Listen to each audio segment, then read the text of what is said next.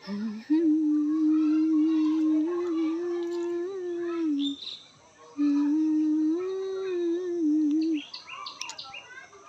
আসসালামু আলাইকুম। এই যে আমার গাছের ডালিম অনেক বড় বড় ডালিম হয়েছে, তো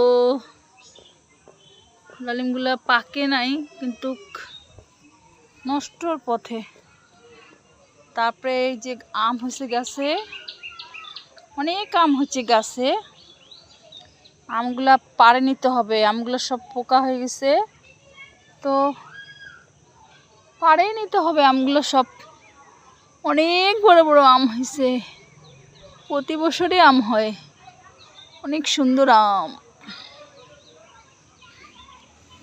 এই কতগুলো আম পড়ে আছে দেখেন, কত আম পড়ে আছে দেখছেন।